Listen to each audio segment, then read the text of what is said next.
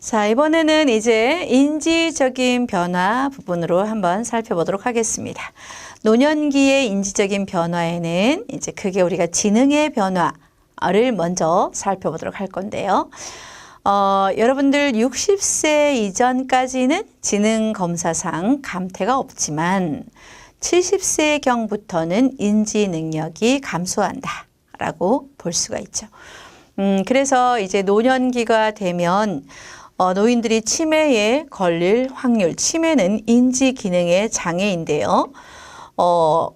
보통은 80세에 치매가 70세경에 1명이다 라고 하면 80세경이 되면 3명으로 늘어납니다. 90세라고 하면 거의 뭐 한 4, 5명으로 늘어나죠. 연령이 증가할수록 인지 능력은 점점 떨어지기 때문에 7, 80대까지는 아무 문제 없이 잘 살았다 하더라도 90세가 넘어가면서 이런 지능 검사상의 기억력의 감퇴로 인지 기능까지도 급격하게 감소할 수 있습니다. 이런 것들을 우리가 흔히 볼 수가 있죠.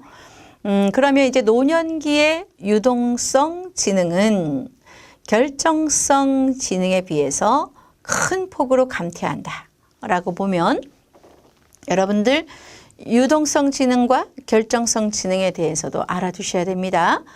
이 부분도 아마 여러분들이 이제 마지막 테스트 할 때 이런 내용들을 아는지 모르는지 테스트 할 때 문제가 나올 건데요. 먼저 유동성, 우리 지능은 유동성 지능과 결정성 지능이 있습니다. 그래서 유동성 지능이라고 하는 것은 인간이 태어나면서 타고난 지능입니다. 그래서 이것은 생물학적으로 결정이 되는 거예요. 보통 우리가 부모의 IQ가 좋으면 거기에서 태어난 자녀의 IQ도 좋다. 머리 좋은 부모 밑에서 머리 좋은 자녀가 태어난다. 어떻게 보면 이거는 이미 생물학적으로 결정이 되는 겁니다. 여러분들 탓이 아니에요. 어떻게 보면 부모가 우리에게 이런 지능을 물려줬기 때문이다라고 봐도 맞는 거죠. 우리가 할 수 있는 게 아니니까 이러한 지능을 유동성 지능이라고 하는 거죠. 타고난 지능, 생물학적으로 결정, 이런 용어를 생각하시면 되고요.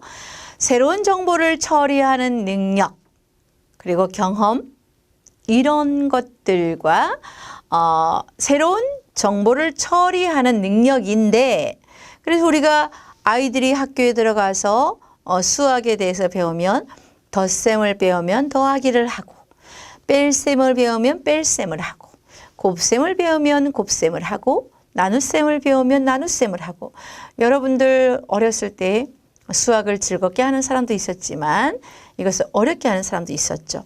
새로운 정보를 처리하는 능력이 뛰어난 사람들도 있어요. 그러나 그 능력이 부족한 사람도 있죠. 그럼 우리가 유동성 지능이 떨어진다, 이렇게 볼 수가 있는 거죠.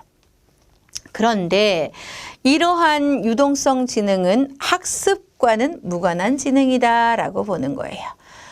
경험이나 학습과는 다르다.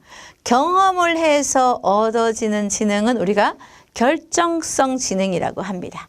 그러나 생물학적인 지능은 내가 태어날 때부터 갖고 태어났던 것이기 때문에 요렇게 배워서 요렇게 경험을 해서 이렇게 알게 되는 거하고는 좀 다르다는 거죠. 소위 말하는 여러분들 IQ는 유동성 지능입니다. 그래서 학습된 능력이 아니기 때문에 모든 문화권의 보편적인 문제 해결 능력을 의미합니다. 여러분들 IQ라고 하는 것은 우리가 태어나면서 갖고 태어난 거기 때문에 여러분들이 살아가면서 경험을 많이 한다고 해서 IQ가 더 올라가고 그렇지는 않습니다. 그리고 대한민국에 있는 사람이라고 해서 IQ가 낮고 미국에 있는 사람이라고 해서 IQ가 높고 이런 건 아니라는 거예요. 모든 문화권에서 보편적인 문제 해결 능력이기 때문에 이거는 본인의 생물학적인 타고난 지능. 그런데 말이 참 애매하죠. 어떻게 보면 우리가 이미 태어나면서 생물학적으로 결정된 것인데 이 지능의 용어는 유동성 지능이에요. 유동이라는 말은 뭐죠? 움직인다라고 하는 거죠. 그리고 결정이라는 것은 이미 결정되었다라고 하는 건데 생물학적으로 결정된 지능을 우리는 유동성 지능이라고 하고 살아가면서 학습이나 경험을 통해서 획득되는 것은 결정성 지능이라고 하니까 약간 여러분들이 교차해서 암기를 하시는 게 좋아요. 내가 태어나면서 생물학적으로 결정된 것은 무슨 지능? 유동성 지능.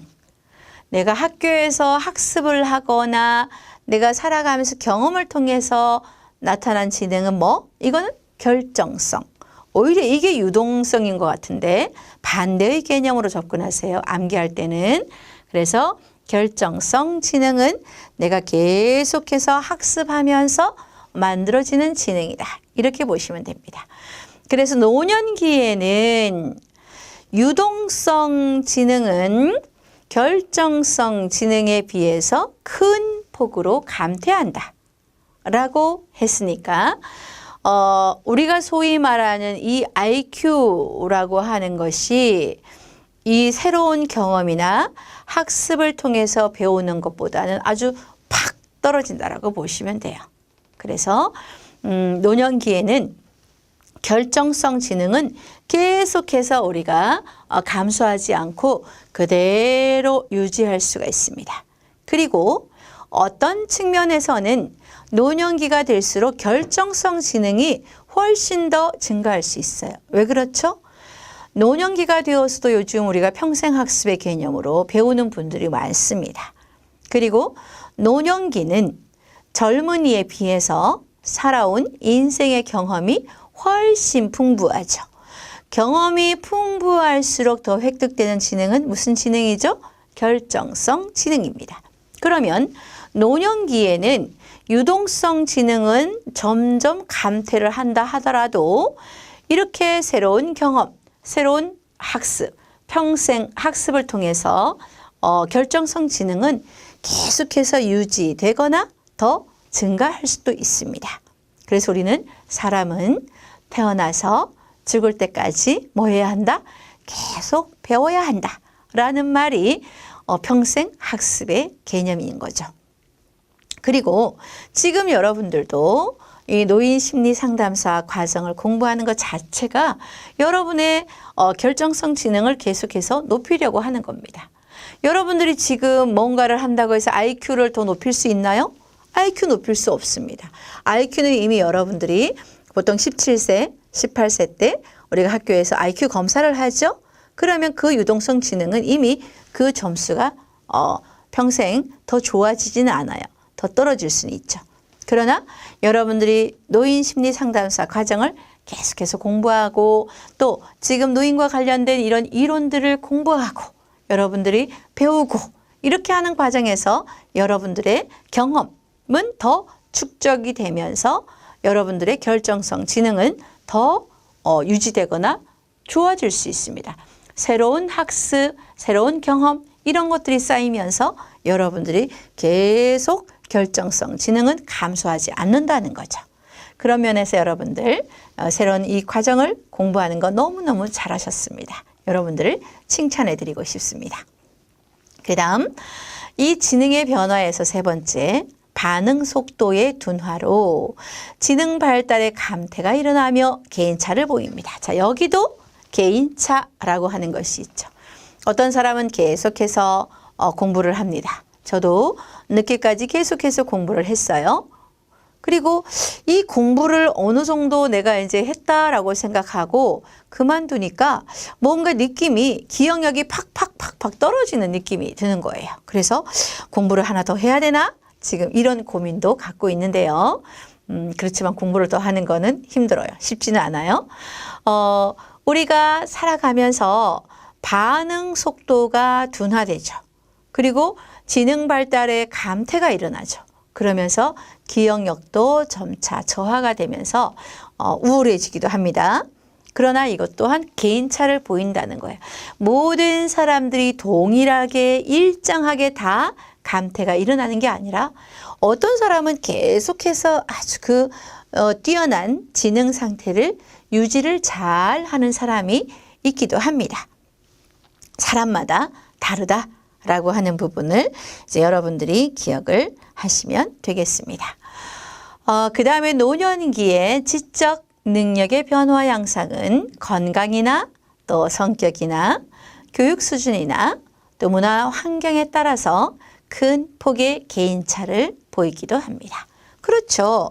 건강한 사람, 그리고 성격이 아주 긍정적인 성격, 무난한 성격, 교육 수준이 아주 높은 사람, 뭐 석사, 박사를 공부한 사람들은 나이가 들어도 또 공부를 더 하죠. 문화 환경에 따라서 큰 폭으로 지적 변화는 계속해서 다르다는 거죠. 그래서 저도 이제 공부 하나를 박사 학위를 하나 더 받아야 되나? 이런 것도 고민이 됩니다. 왜?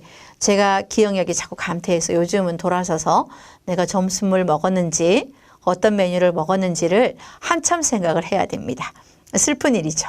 그런데 우리 어르신들은, 노인들은 이 속도를 점점 더 자주 느끼니까, 더 심하게 느끼니까 얼마나 쓸쓸할까. 예전엔 나도 똑똑했는데 지금은 내가 하나도 모르겠다. 이렇게 말씀하시는 어르신들을 옆에서 뵐 때마다 마음에 안타까움이 있습니다. 그래서 여러분들도 가능하다라고 하면 건강도 유지하시고 또 좋은 것만 생각하고 긍정적으로 보려고 성격을 우리가 또 계속해서 좋게 갖고 와야 되죠. 그리고 여러분들 교육 수준도 이렇게 노인심리상담소 가정처럼 배울 게 있으면 계속해서 도전해서 배우시면 좋아요. 여러분들만 배워서 좋은 것 갖지 마시고 주변의 친구한테, 지인들에게도 이거 공부하니까 너무 좋아 라고 알려주세요. 그래서 널리 소문을 내시고 또 여러분들 다양한 문화적인 경험 이런 것들을 많이 해보고 또 여행도 많이 하시고 그래서 다양한 경험들을 하면서 우리가 지적인 능력에서 조금 더 지금 있는 것들을 잘 유지하는 것도 사실상은 우리 자신들의 노력이 중요하다라고 볼 수가 있습니다. 개인차가 있다는 거. 그래서 우리가 유동성 지능은 우리가 지금 더 발달시키고 하는 건 어렵지만 우리부터 중년기부터 노년기에는 결정성 지능은 훨씬 더 우리가 잘 유지할 수 있다라고 하는 거죠. 그런 면에서는 여러분들이 많이 배우고 또 경험을 통해서도 우리가 계속 이 능력을 잘 유지하고 더 성장시키는 것이 정신 건강에도 좋다는 것을 기억하시기 바랍니다. 그 다음에 이제 이런 인지 변화 중에서 기억력의 감퇴입니다. 제가 금방 얘기했죠. 여러분들 그런 경험 없나요? 휴대폰을 냉장고 안에 넣어놓고 휴대폰을 찾거나 아니면 분명히 냉장고 문을 열었는데 내가 여기에서 뭐를 꺼내려고 냉장고 문을 열었을까? 한참 생각해야 됩니다. 저는 그런 경험이 있어요. 슬픕니다. 여러분들은 어떠세요? 기억력의 감퇴입니다. 단기 기억의 감퇴는 새로 접하는 정보를 처리하는 능력이 감퇴되며 또 단기 기억 감퇴는 의미 과제보다 기계적 과제에서 더 크게 나타납니다. 이 말은 우리가 뭔가 의미를 익히는 거는 굉장히 좋아요. 스토리. 그래서 최근에 우리가 하는 많은 프로그램들, 노인들을 대상으로, 어르신들을 대상으로 하는 프로그램 중에는 단순하게 그냥 노래를 하나 가르쳐 드리고 웃음 치료 하나를 하더라도 그냥 하는 것이 아니라 스토리텔링으로 합니다. 그래서 노래 하나에 그 손동작, 그 다음에 그 가사의 이야기를 구성해서 그 가사와 그 동작을 엮어서 어르신들에게 웃음 치료에 활용을 하죠. 노래교실에 활용을 하죠. 그러면 이것을 상징적으로 스토리를 만들어서 의미로 이해를 하기 때문에 이 기억은 훨씬 오래 갑니다. 그냥 단순하게 기계적으로 뭔가를 사용하는 것은 돌아서면 까먹을 수 있어요. 어르신들, 젊은 친구들은 스마트폰을 활용하는 이 기계를 사용하는 것에 있어서 굉장히 기억을 잘하죠. 그런데 나이가 들수록 컴퓨터를 다루는 이런 기계적인 기술, 스마트폰을 다루는 이런 기술, 이런 기계적인 것은 금방 우리가 까먹는다는 거죠. 그래서 또 가르쳐줘요. 아이들이, 우리 자녀들이 엄마는 이거 금방 가르쳐 줬는데 이거 또 까먹었어요? 이렇게 기억을 못하는 거예요. 그렇지만 의미, 스토리를 만들어서 거기에 뭔가 의미를 부여하고 스토리텔링으로 여러분들이 배우게 되면 그 기억은 그래도 좀 오래 간다는 거죠. 그래서 기억력의 감퇴에 있어서는 의미 과제가 훨씬 더 기억이 잘 일어날 수도 있다. 이렇게 볼 수가 있고요. 장기 기억은 단기 기억보다 감퇴 정도가 적게 나타난다라고 보는 거죠. 어르신들 같은 경우에는 옛날에 어렸을 때의 기억은 지금도 생생하게 기억해요. 우리가 옛날에 6.25 때 전쟁이 났을 때는 내가 누구랑 어디에서 어떻게 피난살이를 했다라는 것을 생생하게 기억을 해요. 그리고 그것을 토시 하나 안 틀리고 계속해서 기억을 잘합니다. 그런데 지금 최근의 기억은 엄청나게 잘 잊어먹는다는 거예요. 그래서 장기 기억은 훨씬 더 오래 간다. 이렇게 볼 수가 있습니다. 그 다음에 최근에 일어난 일에 대한 기억보다 오래전에 일어난 일을 회상하면 그 기억을 더 잘할 수가 있습니다. 그래서 우리가 치매 어르신들을 대상으로 하는 프로그램 중에는 회상요법이라고 하는 게 있습니다. 오래전 옛날 일, 그 옛날 일을 떠올려서 계속해서 이 기억이 작동할 수 있도록 하는 겁니다. 거기에 의미를 실어준다면 훨씬 더 좋죠. 그래서 옛날에 우리가 뭐 산하 제한을 했던 때 그때의 모습들을 영상으로 다큐멘터리를 보여주기도 하고요. 또 어떤 때는 옛날 결혼식 장면들을 먼저 다큐멘터리로 보여줍니다. 그래서 그때는 앞마당에서 천막을 치고 신랑 신부 한삼 그리고 쪽두리 쓰고 남자도 신랑도 딱 파란색 장옷을 멋지게 차려입고 신부는 우리 또 쪽두리 쓰고 연지곤지 찍고요. 또 왕비마마처럼 옷을 입고 그 다음에 상을 차려두고 거기에 원앙새도 올려놓고 서로 맞절 신랑 신부 재배하면 이제 절을 합니다. 이렇게 하고 주변의 사람들이 막 구경하는 이런 장면도 있죠. 밤에는 어떻게 하죠? 밤에는 문에 그 옛날에는 다 우리가 그 구멍이 뚫리는 문이었죠. 그러면 그 손가락으로 구멍을 뚫어서 신랑 신부의 첫날 밤을 호시탐탐 구경하려고 하는 이런 그 옛날에 시집가던 날이라는 영상을 다큐멘터리로 먼저 TV로 봅니다. 그리고 그때 그 장면들을 사진으로 또 출력해서 보여드리고요. 또 어르신들 옛날에 결혼했던 때 어떠셨나요? 라고 이렇게 회상하는 일을 말하기를 하죠. 그러면 옛날에 내가 시집가던 날 그때는 이러이러했지 라고 이야기 보따리를 술술술술 푸는 거예요. 그렇게 해서 그러면 오늘날에는 또 결혼을 어떻게 할까요? 결혼식을 어떻게 할까요? 라고 해서 오늘날의 결혼식 장면을 또 다큐멘터리로 영상으로 보여줍니다.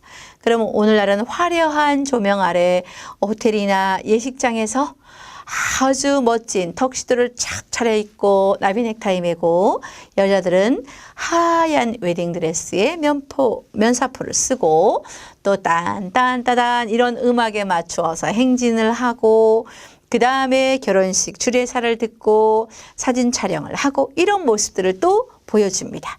그러면 어르신들이 최근에 또 우리 사랑하는 자녀들의 결혼식이나 친척들의 결혼식이나 이런 장면들을 기억하면서 결혼이라고 하는 것, 결혼식이라고 하는 것은 이렇게 하는 거구나라는 의미, 과제를 또 만들어주는 거죠. 스토리를 또 만들어줍니다. 이렇게 해서 최근에 일어난 일에 대해서도 오래된 장기 기억을 활용해서 회상요법을 통해서 어르신들의 기억력이 잘 유지될 수 있도록 하는 것. 이것이 바로 기억력을 더 감퇴하지 않도록 하는 요법입니다. 여러분들도 만약에 기억력이 자꾸 까먹는다? 그러면 그런 것들을 의미 과제로 우리가 만들어서 정보를 연상해서 여러분들이 기억하면 더 좋습니다. 저 또한 지금 다른 국가 자격증 과정에서 강의를 할 때도 그 공부를 하는 학습자들이 연상을 해서 기억하기 쉽게 암기법을 우리가 강의를 가끔 하기도 합니다. 그게 바로 뭐죠? 단순한 기계적인 과제가 아니라 의미 과제로 만들어준다는 거죠. 그래서 장기 기억을 활용해서 단기 기억 감퇴 속도까지도 늦추어 주는 거고, 또 그런 장기 기억을 통해서 회상요법을 하게 하고, 그것이 노인들이 기억력이 감퇴되는 것을 점차 줄일 수 있다는 거죠. 여러분들도 뭔가를 계속해서 배워야 돼요. 우리가 뭔가를 계속해서 배우고 또 공부하고 연상을 하고 이렇게 함으로써 우리의 기억력 감퇴를 점점 좋아지게, 기억력 감퇴가 더 심해지지 않도록 그나마 지금의 기억력이 유지될 수 있도록 하는 게 좋습니다.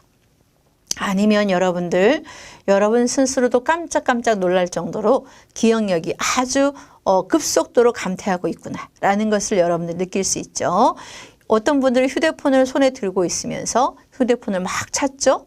남의 일이 아닙니다. 그죠? 그래서 우리가 금방 내가 뭘 했는지 이런 것들을 우리가 잘 기억하려면 어떤 분들은 매일 일기를 쓰는 분들도 있습니다. 아침에 일어나서 오늘 하루에 내가 누구를 만나고 무엇을 하고 어떤 음식을 먹었고 이런 중요한 사건들을 위주로 하루를 돌아보는 일기, 이런 것들도 우리의 기억력을 오래 유지하는 데 있어서는 아주 중요하게 쓰일 수 있다라고 볼 수가 있죠. 노년기의 기억력 상당히 많이 감퇴합니다. 이번에는 이제 정서와 심리적인 변화를 조금 살펴보도록 하겠습니다. 우울증 경향이 증가한다는 거죠. 신체적인 질병, 배우자의 죽음, 또 경제 사정의 악화, 사회와 가족들로부터의 고립이나 일상생활에 대한 자기 통제 불능, 그리고 지나온 세월에 대한 후회, 이런 것들이 깊은 우울감을 경험하게 해주는 겁니다. 그래서 특히 우울증이 증가하면 이것으로 인해서 더 악화된 치매나 그 다음에 노인의 자살로 이어질 수 있다는 거예요. 그래서 이런 노년기의 우울증은 그대로 두면 절대로 안 됩니다. 반드시 다루어 주어야 되고요. 이 우울감에서 벗어날 수 있도록 돕는 것이 무엇보다 중요하다. 이렇게 볼 수가 있습니다. 그 다음에는 내적 성향 및 수동성이 증가한다는 거죠. 노화가 점점 되어질수록 사람은 사회적인 활동이 점차 감소하죠.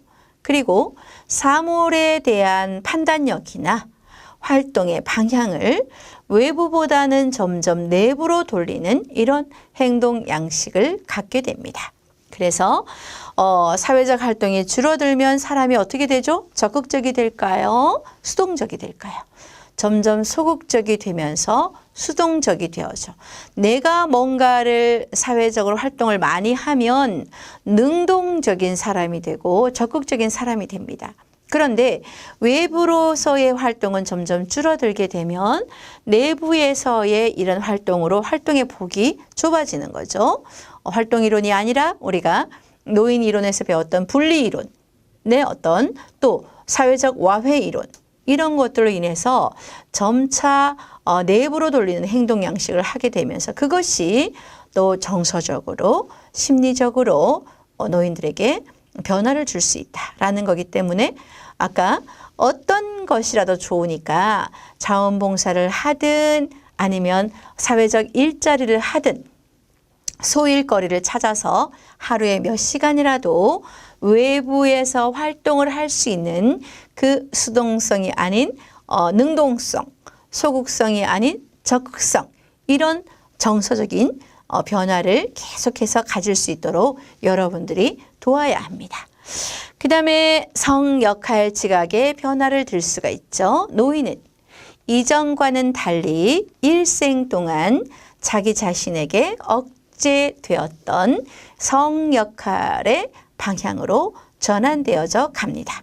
그래서 성 역할이 변화가 되죠. 여러분들 혹시 여자가 나이가 점점 들어갈수록 중년기를 기점으로 해서 여성들은 점차 남성적인 성향이 되어져 가고요. 남성들은 중년기를 기점으로 해서 점차 여성화되어 가는 거죠. 그래서 바깥 활동만 계속했던 사람이 아주 집 안에 콕 박혀서 활동을 잘 안 한다든지, 대담했던 성향의 남성이 점점 잔소리가 많아진다든지, 이런 여성스러워가고 시시콜콜 아내에게 의지하려고 하고 뭔가 이런 부분들이 노인이 될수록 더 심해지죠. 그래서 노인들은 의존성이 더 강해진다 라고 하는 것이 성역할 지각의 변화입니다. 그리고 노년기에 겪는 것 중에 하나가 혼자 남겨짐에 대한 공포가 있습니다. 그리고 혼자 있는 것에 대한 불안감이 있어요. 이게 뭐죠? 성역할 지각의 변화입니다. 일생 동안 자기 자신에게 억제되었던 그것을 자꾸 노출을 하려고 하면서 여성은 남성성화 되어져 가고 남성은 점점 여성성화 되어져 가면서 성 역할의 전환, 변화가 일어난다 라는 것을 우리가 볼 수가 있어요. 그래서 우울증 경향이 점차 증가하고 또 내적 성향 및 수동성도 증가하고 그리고 성 역할의 지각의 변화가 일어난다. 이렇게 볼 수가 있습니다. 그 다음에는 이제 경직성이 증가하게 됩니다. 굳어진다는 거죠. 동작성 지능 검사나 학습 능력의 저하라는 결과를 초래합니다. 그리고 조심성도 증가하죠. 노년기에는 노인 스스로의 의지로서 정확성을 중요시하기 때문에 조심성이 증가해요. 웬만하면 시도를 잘 안 하려고 해요. 두려워합니다. 그래서 시각이나 청각 등의 감각 능력의 쇠퇴를 비롯한 신체적, 심리적 기능이 쇠퇴하게 되고요. 부득이하게 조심스럽게 되기도 합니다. 그래서 뭔가 저지르는 것을 잘 안 하게 되죠. 여러분들 굉장히 조심해요. 그래서 이 부분에 있어서는 노인 스스로가 굉장히 뭔가 좀 위축되어져 간다. 이렇게 볼 수가 있고요. 또 하나 앞에서도 잠깐 얘기했지만 의존성은 많이 증가하게 되죠. 노인은 신체적, 경제적 능력의 쇠퇴로 의존성이 증가하죠. 그래서 누가 옆에 있어야 돼요. 혼자 남겨지는 걸 너무너무 싫어하게 되죠. 그래서 자녀가 있다가 자녀가 일하러 가게 되면 많은 불안감을 느끼기도 하고요. 또 공포감까지도 엄습해 오죠. 그래서 깜깜한 집안에 불이 꺼져 있는 집안에 혼자 들어가는 것들을 저희가 굉장히 어르신들이 힘들어하세요. 그래서 저희가 보호자들이 있을 때 집으로 모셔드리는 것을 합니다. 혼자 불 꺼진 집에 내가 문 열고 들어가는 게 너무 무섭다라는 얘기를 해요. 의존성이 점차 증가한다는 겁니다. 그 외에도 과거를 회상하고 마음의 안정을 가져다 주는 친숙한 사물에 대한 애착심, 그리고 죽기 전에 예술작품, 기술, 지식 등 유산을 남기려는 경향을 보이죠. 여러분들이 이제 노인 심리 상담사가 되어서 일을 하실 때 어르신들 댁을 방문하면 굉장히 오래된 낡은 물건들, 우리가 봤을 때는 전혀 쓸모없고 버려야 될 것 같은 물건들을 집안에 켜켜이 쌓아두는 경우가 많습니다. 왜 그러죠? 마음의 안정을 가져다 주는 친숙한 사물이거든요. 그리고 만약에 남편이 배우자가 아내가 사망했으면 그 배우자의 어떤 추억이 담겨 있는 그런 물건이다라고 하면 그것이 과거를 회상하면서 마음의 안정을 주기 때문에 애착의 대상입니다. 그럼 그것을 버리려고 할까요? 안 버리게 되죠. 그래서 뭔가 작품이나 유산을 남기려고 하는 이런 경향을 보이기도 한다 라고 볼 수가 있겠습니다. 이렇게 이제 노년기의 정서와 심리적인 변화에 대해서 다루었고요. 다음 강의에서는 이제 우리가 키블러-로스의 죽음을 수용하는 그 부분은 조금 우리가 깊이 있게 다룰 필요가 있어서 그 부분하고 마지막으로 또 노년기 사회 발달에 대해서 다뤄보도록 하겠습니다.